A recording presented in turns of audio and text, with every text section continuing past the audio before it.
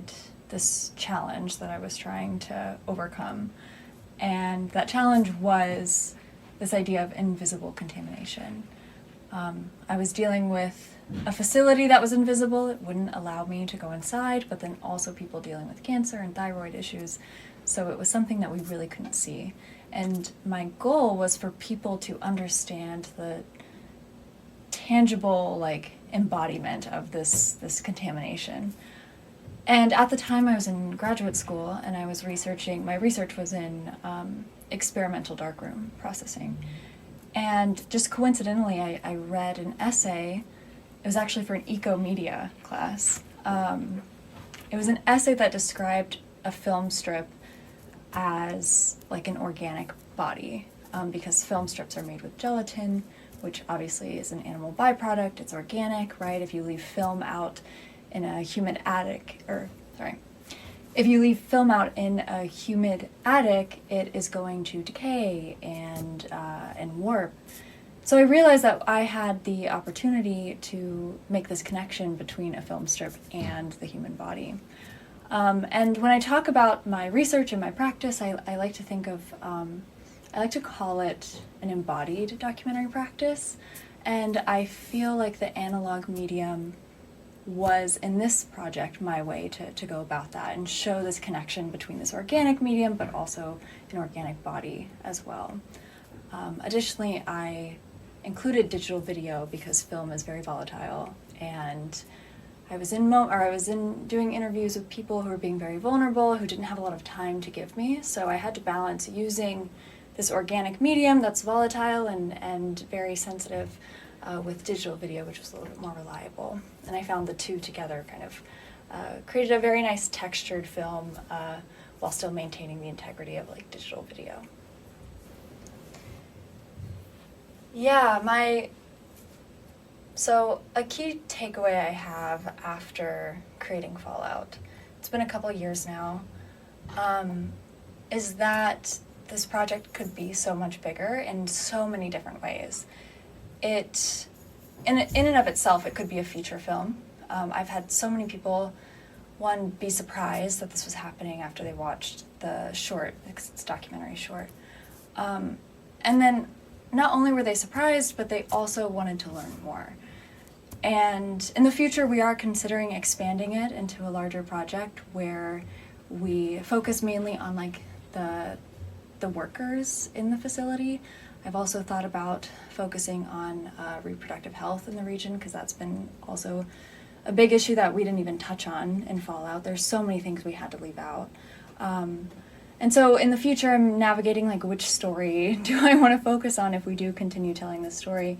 But then additionally, this general idea of Fallout is so much larger than just the Appalachian region.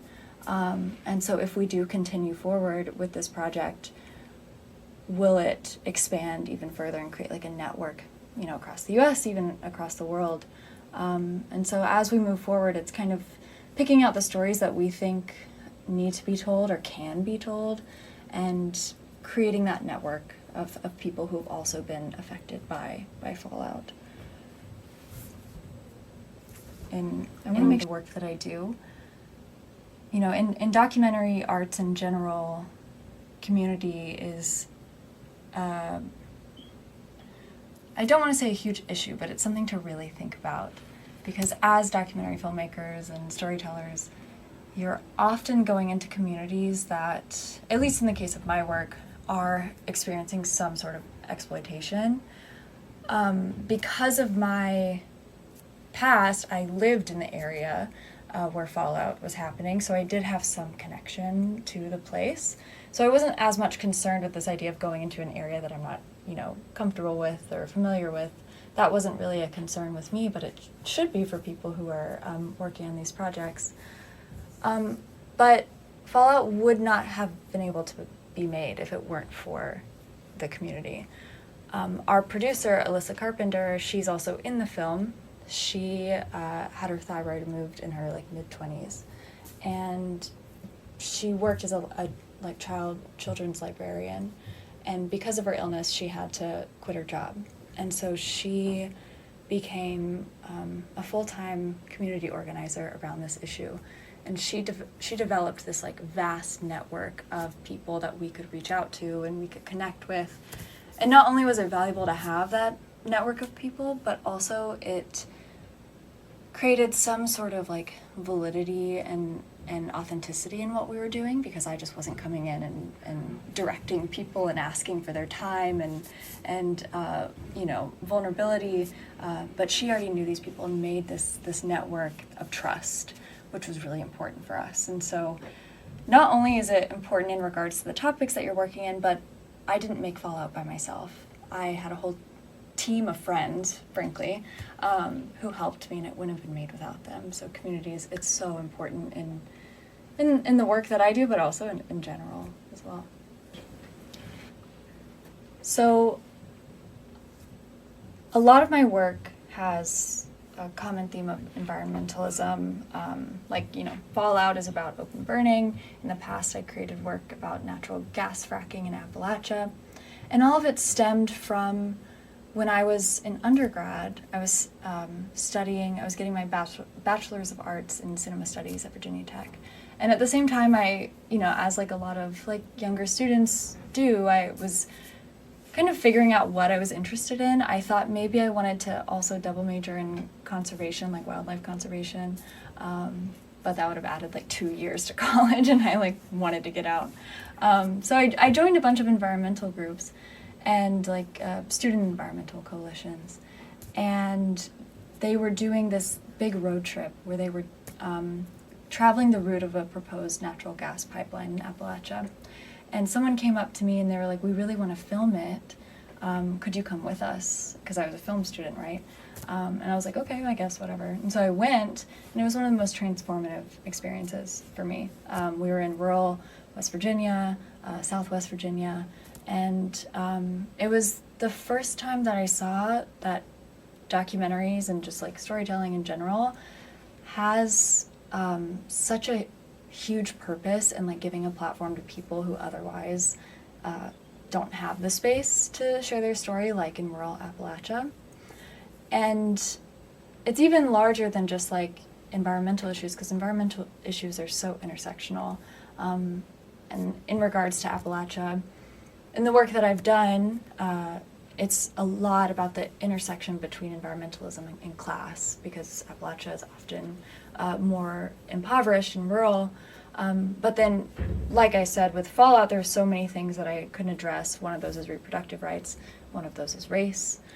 There's so many things that intersect with environmentalism. So I find even when I start to go away from environmentalism, it always kind of brings itself back.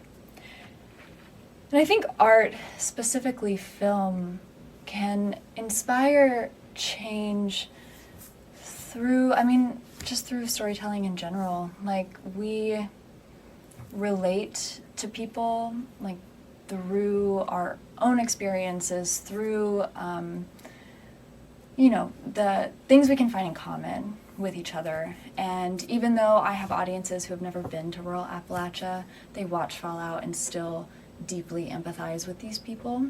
And so I think the power of storytelling can connect us in these like very deeply interpersonal ways. And I'm not saying Fallout is going to like stop the military from open burning, but at least these people's stories are being told and awareness is being created, and it's allowing us to think about things in a different way than maybe we thought in the past, and that's ultimately my goal with the work that I'm doing. A key takeaway that I think I would like people to understand regarding exploitation and environmental contamination is the idea that fallout from these things it's so interconnected in everything that we're doing. So even though me personally, maybe y'all, maybe people listening to this, don't live around a facility that open burns, there are no walls, there's no dome around this facility that's preventing it from spreading, to, further beyond the borders of rural Virginia. And I think most importantly, we are experiencing fallout in so many aspects of our lives, and it's often invisible. And one person's struggle in Appalachia, while it comes from a different source of fallout, can very similarly resemble your own, right? Like, I have a friend who I was telling her about this project, and I didn't even know this about her, but she grew up in South Texas on the border, and she grew up next to this industrial plant, and she got thyroid cancer when she was 20, right? And I think it's so, it permeates so much of our culture and our day-to-day lives, even when we don't realize it. And sharing these stories and building these networks of people allow us to really understand the ramifications of the idea of community. What's going on. It was access in a way. Bill, who was one of the subjects that's in Fallout, he worked at the facility for upwards of 15, 20 years. And he got diagnosed with a really rare cancer.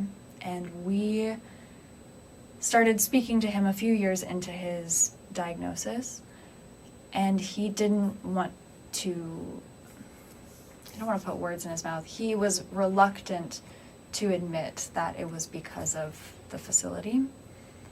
And we had to meet him where he was at. Like, I couldn't tell him why he got sick, right? I just had to kind of go along with him and understand his perspective. And so we met up with Bill multiple times over the course of 6 months before even recording or filming anything, because he wasn't really sure of us and he didn't quite trust us yet, which was totally fine. But we traveled to West Virginia multiple times. I'm based out of Durham, North Carolina. He was going to Duke for treatment, so I would see him when he came to Durham. And it wasn't until he was in hospice and he was given 6 months left to live that he allowed us to film him. And I think it was in this moment where he had nothing else to lose. And it was in facing his death he accepted that there could be a potential connection between the two. So that was like my first obstacle. My second obstacle was just the legal and logistic element of it. Nowhere in Fallout do I say that everyone is sick because of this facility. I do not have the qualifications to make that assessment. But what I can do is present these circumstances to people in these stories and let people make their own decisions. So we had lawyers review